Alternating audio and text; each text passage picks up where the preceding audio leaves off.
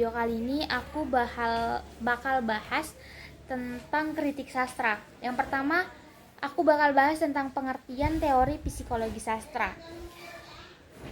Teori psikologi sastra bersifat interdisipliner karena dibangun dari dua disiplin ilmu, yaitu psikologi atau ilmu jiwa dan sastra.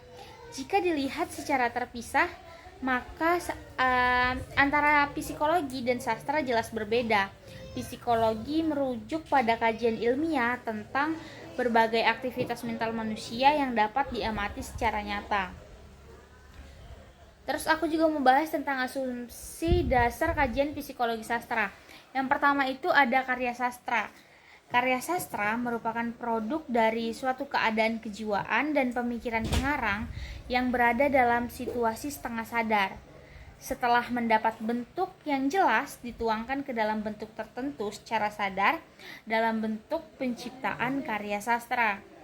Yang kedua ada mutu sebuah karya sastra, yang ditentukan oleh bentuk proses penciptaan dari tingkat pertama yang berada di alam bawah sadar, terus merujuk kepada tingkat kedua yang berada dalam keadaan sadar.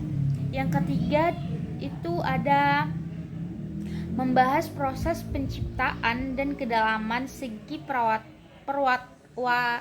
perwatakan tokoh.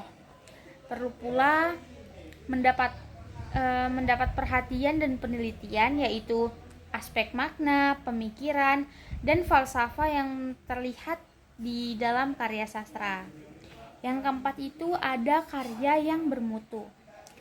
Menurut pendekatan psikologis adalah karya sastra yang mampu menyajikan simbol-simbol, wawasan, perlengkapan yang bersifat universal yang mempunyai kaitan dengan mitologi, kepercayaan, tradisi, moral, budaya, dan lain-lain.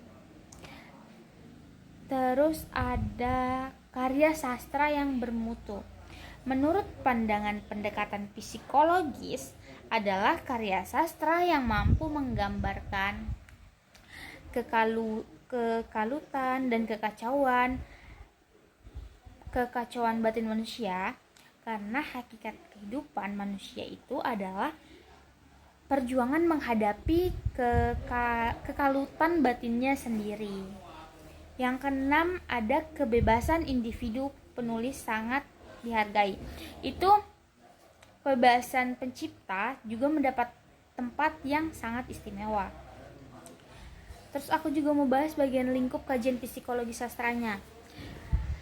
Jadi psikologi sastra akan ditopang oleh 3 pendekatan sekaligus. Yang pertama itu pendekatan tekstual yang mengkaji aspek psikologis tokoh dalam karya sastra.